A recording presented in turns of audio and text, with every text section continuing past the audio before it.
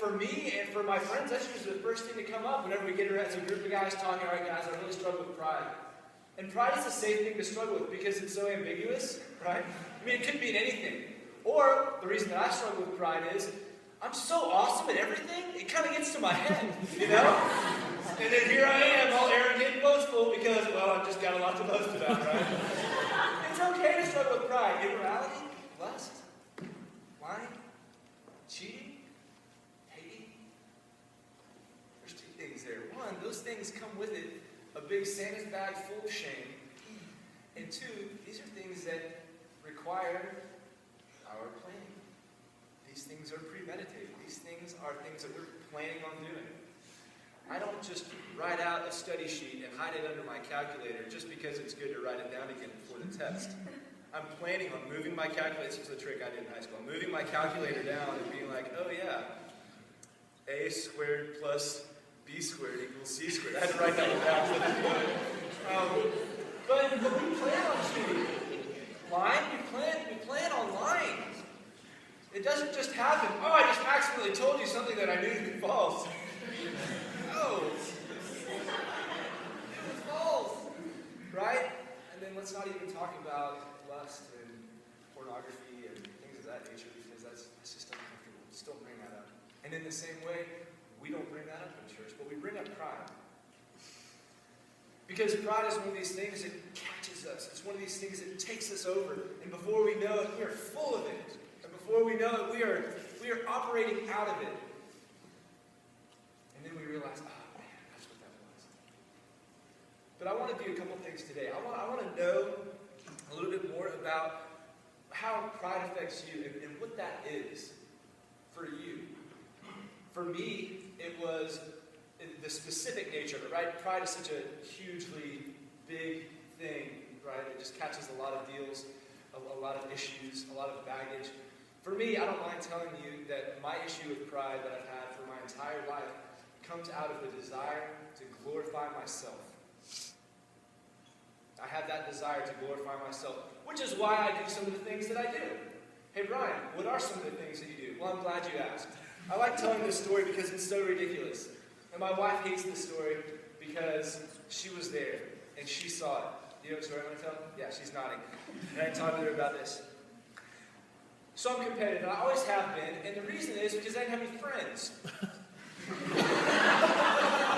Y'all are all laughing, but it's true. Now, you've heard me talk about my older brother, Seamus, who is good and perfect at everything, right, and highly praised. Well, I didn't have any of my friends, but he was graceful enough to let me play with his friends. They were all 2 years older than me. And I wasn't good at any.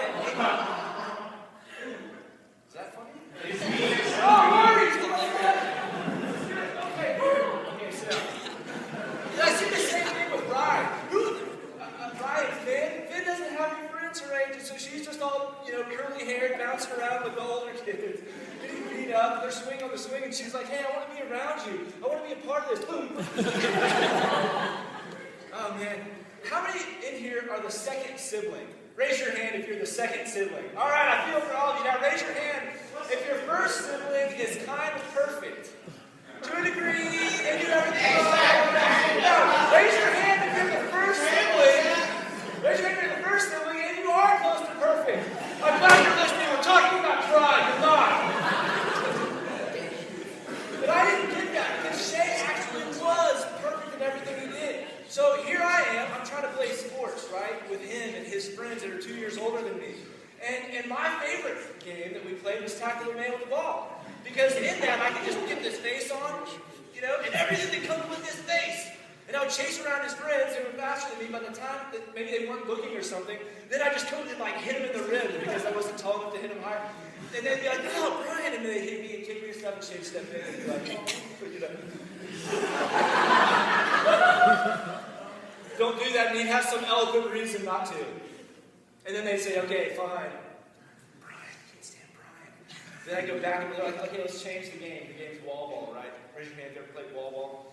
That's a genius game, right? You throw a ball at a wall, it comes back to you, and if you bobble it and drop it, you have to get to the wall before the ball does, where someone had, it's the spread eagle thing where they just get to peg you or hit you as hard as they can.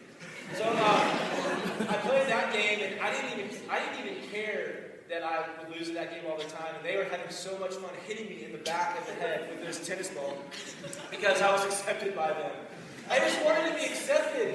Ryan, you're awesome at wall ball. Come play with us. I was the scapegoat in wall ball. So I hated games like ping pong because there was no physical outlet to. At least in basketball, I could kind of tackle someone and hack them and, you missed the shot. I guess I'm a good defender, right? I already told you my most determined story from the Orlando basketball camp. But I hated ping pong because there was no physical outlet, and I wasn't sophisticated enough to control myself to do sports well.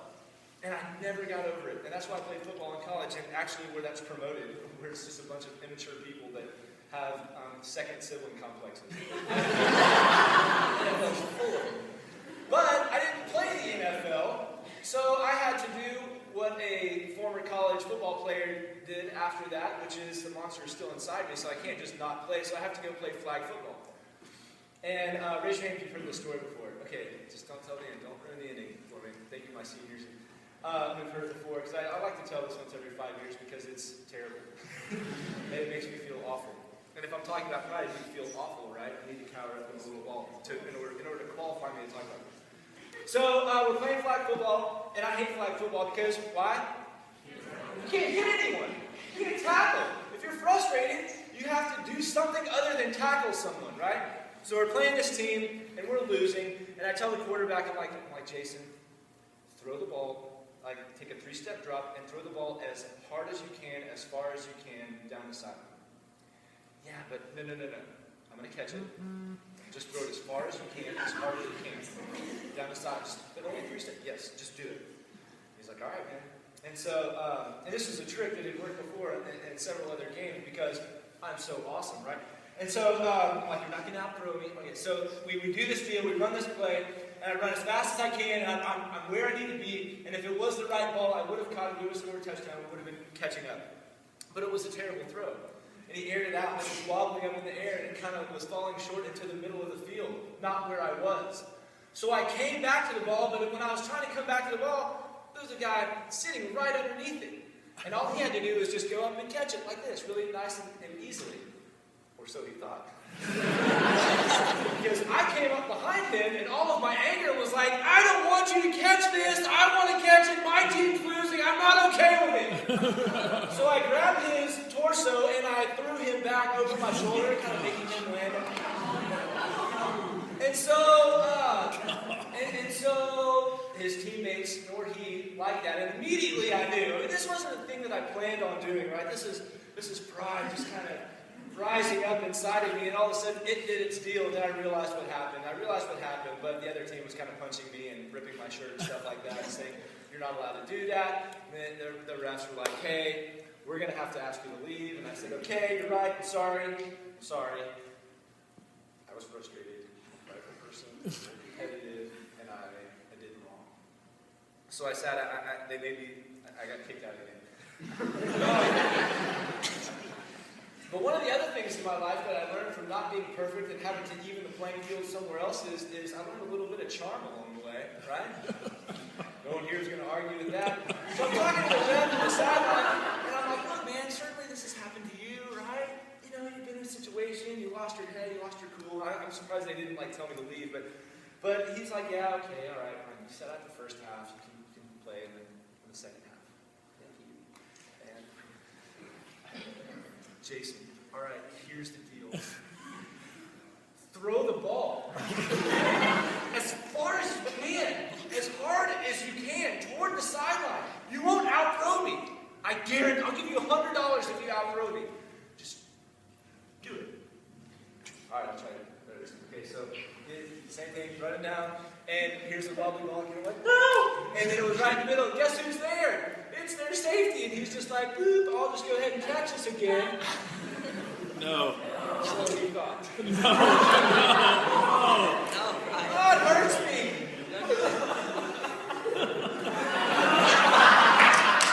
And I did it again. And I realized when he punched me in the face, and I didn't even fight back. I'm like, yeah, I know. If I thought that I could hurt myself by doing that, I'd do it too, man. So I got kicked out, and I can't believe they didn't let me leave. Like, get in your car and go home. But I stayed there, and I was faced with an interesting decision. There's more to that story. I'll tell you about it later. Fine, I'll tell it now. No, I won't tell it now. Yes. Okay. So what am I going to do? Because I'm a Christian. I'm a believer in Jesus, and I want to fearlessly proclaim the mystery of the gospel, even though I am what I am, which is clearly a sinner, right?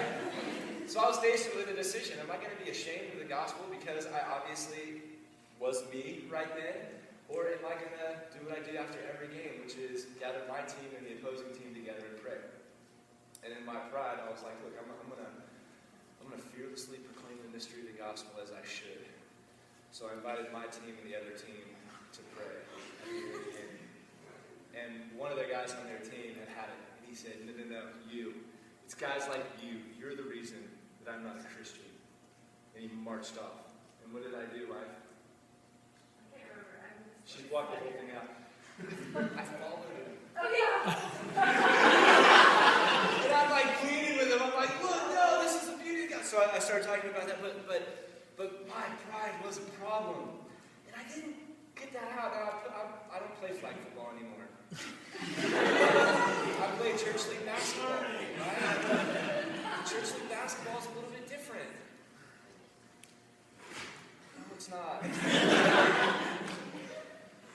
I was in this one deal, and there's, it's old man basketball, so it wasn't when I was an old man yet, and so they're kind of physical under the, deal, and so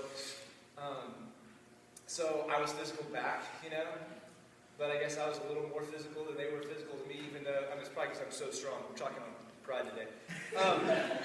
And so I kind of chucked him, one of the guys who was chucking me like all day long. And first time I retaliate, he chucks me, and the ref blew a foul on me, and I'm like, nowhere. And I'm like, excuse me, sir, can I just, so I'm appealing to him, and he's like, no, I'm sorry, it's a foul on you.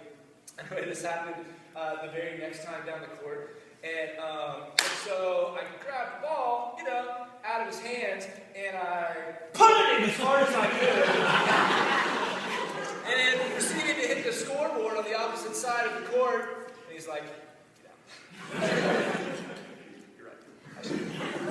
But the next week, it was better because it was the same ref, and he pulled the same call, and I did kick a basketball, but I did proceed to tell him what I really thought about him, because I could, and I was probably right.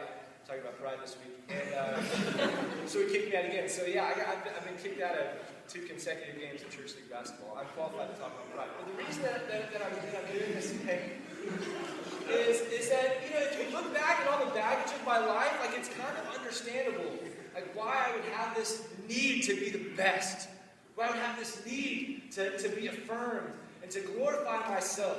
I had this need to be accepted. And this is something that I want. I want you guys to see me how I want to see myself. But I know I'm not there, but I want you to think about it. So I'm going to tell you stories about me. I'm a total one-upper, right? You tell me a story that has to do with a car wreck that you saw, and I'm like, oh yeah, well, I saw one that was like a 100-car pilot. And you're telling me this one story about this thing that you did where you traveled, and I'm like, yeah, I traveled farther probably than you did.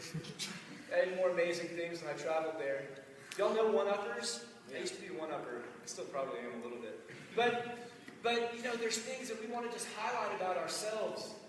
And there's things about ourselves that we want to hide, too. And all of that was rooted for me in this desire to glorify myself. Right? I wanted to be wise. I wanted to understand. I wanted to communicate that I understood. I wanted everyone else to think that this has informed my pride, but it hasn't dealt with it. And the information that I am prideful hasn't dealt with it. There is a solution, and we will talk about that.